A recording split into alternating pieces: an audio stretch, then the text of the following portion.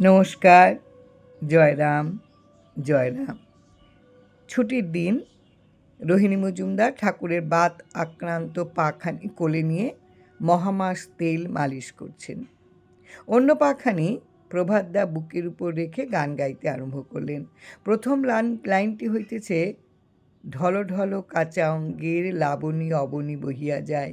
এই গানটি শুনিয়া এতই মুগ্ধ হইয়াছি যে পায়ে তেল মালিশের পরিবর্তে ঠাকুরের বাত আক্রান্ত পায়ে তবলা বাজাইতে আরম্ভ করিলাম। যখন ধা করিয়া তাল দিয়া উঠিলাম তখন খেয়াল হইল শ্রী ঠাকুর হাসছেন। প্রভাতদা উঠে এক চর মেরে বললেন, তোর আক্কেল তো বেশ, ঠাকুরের ব্যথা পায়ে তুই তবলার চাটি মারিস।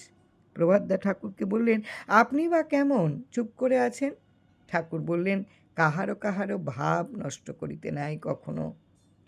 আমার কোনো ব্যথা লাগে নাই, বরং যন্ত্রণার কিছুটা উপশম হইয়াছে।